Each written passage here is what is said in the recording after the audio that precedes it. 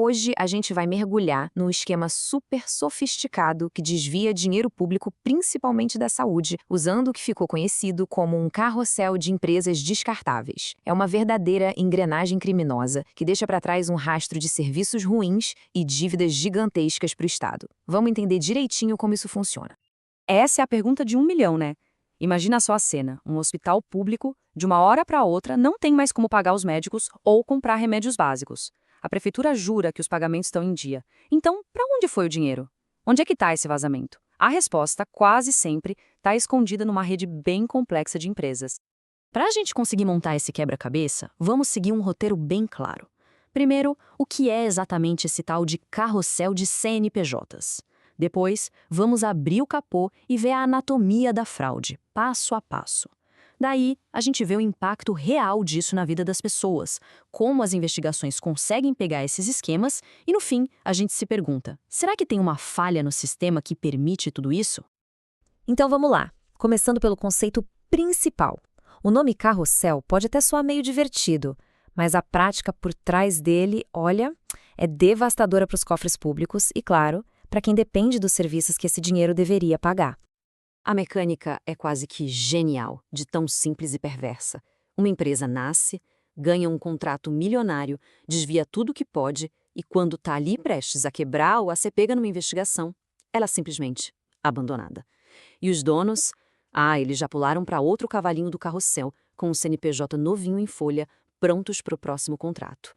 As dívidas, os salários, os impostos, tudo isso fica para trás com a empresa antiga, que vira só uma casca vazia. E aqui que está a grande ironia. Essa fraude toda se aproveita de um modelo que, na teoria, foi criado para trazer mais eficiência para o serviço público. As organizações sociais, as famosas OSs, são entidades privadas que se apresentam como sem fins lucrativos, para poder gerenciar hospitais, por exemplo. Essa fachada de não lucrativa muitas vezes abre portas e facilita ganhar contratos. Mas como a gente vê nas investigações, o lucro é sim o objetivo final, e ele é tirado de formas bem criativas. Tá, mas como exatamente eles fazem isso? Agora, a gente vai desmontar essa engrenagem, peça por peça, para entender a anatomia exata da fraude e a lógica por trás de cada desvio. O ciclo da fraude é um processo muito bem definido, quase um roteiro. Primeiro passo, ganhar o contrato, que muitas vezes já é direcionado. Logo em seguida, o grupo que controla a OS cria um ecossistema de empresas satélite.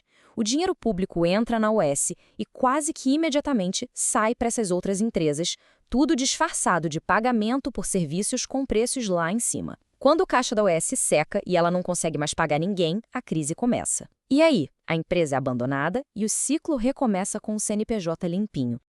Olha, isso aqui ilustra perfeitamente a estrutura. Não é coisa de uma pessoa só, mas uma rede de entidades e papéis, tudo desenhado para o crime. Tem a UESA de fachada, a família no controle, as empresas privadas que são o ralo por onde o dinheiro escorre e a figura-chave do intermediário, aquele consultor que faz a ponte com o poder público para garantir que o esquema ande sem problemas. É um verdadeiro teatro corporativo, onde cada ator tem um papel bem definido para desviar o dinheiro. Beleza, já entendemos a parte financeira, mas qual é o resultado disso no mundo real? A consequência desse desvio não é só um número numa planilha, não. Ela tem um rosto, tem nome e um custo humano muito real. O impacto é direto, é brutal. São médicos que trabalham meses sem receber um centavo, como a gente já viu em várias cidades.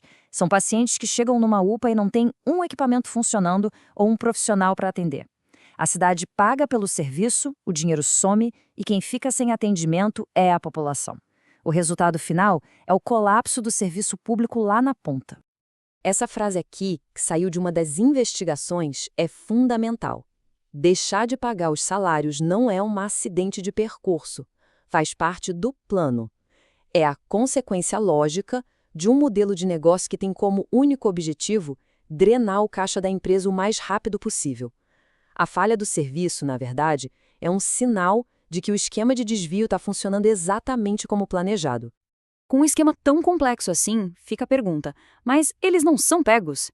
A notícia boa é que sim, as investigações policiais têm conseguido sim desvendar essas redes e é bem importante a gente ver como elas funcionam. E isso não é um problema novo nem um caso isolado. Essa linha do tempo de operações da polícia mostra um padrão que se repete pelo país inteiro.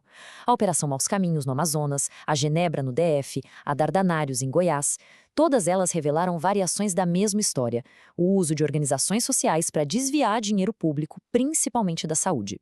Isso mostra que as autoridades já conhecem e bem o modus operandi. Aqui a gente vê o contraste, né? É gritante. A terceirização da gestão pública é sempre vendida com a promessa de mais eficiência, de economia de dinheiro. Só que na prática, quando esses esquemas fraudulentos entram em cena, o que se vê é o exato oposto. Falta de transparência, custos nas alturas, o serviço entrando em colapso e uma total falta de responsabilidade, já que a empresa culpada, no fim das contas, simplesmente some do mata. A repetição de casos tão parecidos pelo Brasil todo levanta uma questão que não dá para ignorar. O problema é só a má-fé dos criminosos ou existe algo de errado no próprio sistema que permite que eles ajam com tanta facilidade? As investigações apontam para algumas vulnerabilidades bem claras. A fiscalização em cima das OSs costuma ser bem mais frouxa. A tal da quarteirização, que é quando uma empresa subcontrata outra, que subcontrata outra, isso cria tantas camadas que fica quase impossível rastrear o dinheiro. E o ponto crucial: a lei permite que um empresário abra um novo CNPJ, mesmo depois de ter deixado um rastro de dívidas para trás. São exatamente essas brechas que o carrossel explora. E a gente termina com essa pergunta que fica no ar. Será que o modelo de entregar gestão de serviços essenciais para a iniciativa privada é que é o problema?